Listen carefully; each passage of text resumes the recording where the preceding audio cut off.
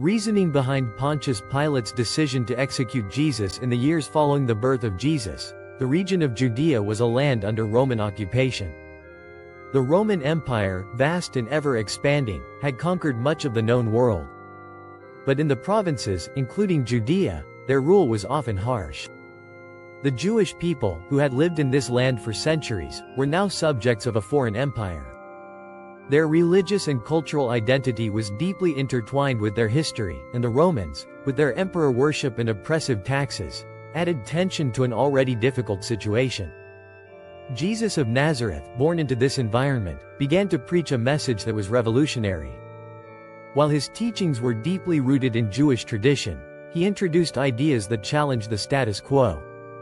He spoke of love, forgiveness, and the coming kingdom of God, and his growing popularity among the masses alarmed both Jewish religious leaders and Roman officials. Some believed he was the Messiah, the promised one who would deliver the Jewish people from Roman oppression. Others saw him as a blasphemer, a man claiming divinity in a land that already revered the emperor as a god. For the Jewish authorities, this was a crisis. They were already struggling under Roman rule, and the appearance of a man who claimed divine authority only further threatened their fragile position. To the Roman authorities, Jesus' claims of kingship were potentially dangerous, especially if they stirred the populace into rebellion. As Jesus' reputation spread, it became clear that his teachings were not just a challenge to religious norms, they were a direct challenge to the Roman order itself. It was against this backdrop of religious and political tension that Jesus was brought before Pontius Pilate, the Roman governor of Judea. Pilate, a seasoned administrator, was known for his ruthlessness in maintaining order in the province. He was fully aware of the delicate balance he had to maintain between keeping the peace with the Roman Empire and appeasing the local Jewish leaders, who were demanding action against Jesus. Pilate was also aware that his role as governor required him to prevent any signs of insurrection or unrest in the region, and he knew that an uprising could lead to brutal reprisals from Rome. The Jewish religious leaders accused Jesus of blasphemy, claiming he had called himself the King of the Jews, a title that was not only a threat to their own religious authority but one that could be seen as a challenge to Roman rule. However, Pilate found himself in a difficult position. As he interrogated Jesus, Pilate could find no clear evidence of sedition or any real threat to Roman authority. Jesus spoke of a spiritual kingdom, not a political one, and there was no indication that he was leading an armed revolt against the empire. Still, the pressure from the Jewish leaders was immense. They warned Pilate that if he allowed Jesus to go free, it would incite unrest among the people. Pilate was well aware of the political ramifications of such a decision, and despite his doubts about the charges against Jesus, he chose to act pragmatically. In a political maneuver that was both a show of power and a mockery of those who had demanded Jesus' execution, Pilate ordered Jesus to be crucified, but not before he had a sign placed above the cross that read, "Jesus of Nazareth, King of the Jews."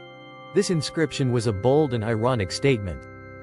By calling Jesus the King of the Jews, Pilate mocked the very claim that had led to Jesus' death. At the same time, it sent a message to anyone who might challenge Roman authority. Any pretender to the throne, even one claiming spiritual kingship, would be crushed by the might of the Roman Empire. Pilate's decision to execute Jesus, though politically motivated, sealed the fate of a man who had, in the eyes of many, come to embody the hope of a new world. Jesus' crucifixion marked a turning point, not just in the history of Judea, but in the history of the Roman Empire. After his death, the movement that had grown around him continued to spread. Christianity, as it came to be known, grew rapidly despite initial persecution, eventually reaching the far corners of the Roman Empire. What started as a small group of followers became a powerful movement that challenged the Roman religious order. As Christianity spread, it began to intersect with the political dynamics of the Roman world. Emperor worship, a key element of Roman society, clashed with the monotheistic beliefs of Christians. The Roman system, which had been built on the idea of the emperor as a divine ruler, found itself at odds with the Christians, who refused to worship anyone but the God of Israel. Meanwhile, the Jewish population of Judea, still reeling from the events of Jesus' crucifixion, faced an increasingly difficult situation. As Christianity began to spread, Jews found themselves caught between two worlds. On the one hand, they faced growing tensions with the Roman authorities who saw them as an increasingly disruptive element in the empire. On the other, their own religious leaders struggled to assert their authority over the growing Christian movement, which had begun to draw more and more followers. These tensions eventually led to the Jewish-Roman Wars. Around 60 CE, the Jewish people, feeling the weight of Roman oppression, revolted. The Roman Empire, under the leadership of Emperor Nero, responded with overwhelming force.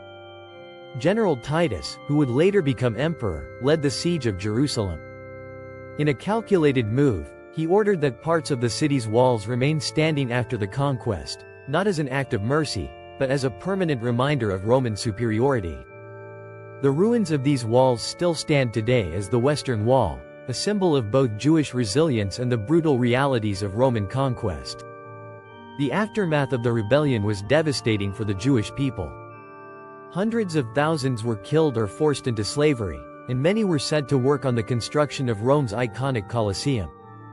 But the Roman Empire's victory would be short-lived in its implications. While the Romans believed they had secured their empire, the spread of Christianity continued, and within 3 centuries, the Christian faith would become the dominant religion of the empire. In the end, Pontius Pilate's decision to execute Jesus, though rooted in political calculation, was one of the most consequential actions in world history. It was a decision that set into motion a series of events that would shape the religious, cultural, and political landscape of the Western world for centuries to come. Don't forget to like and subscribe for more amazing stories from World History Marathon.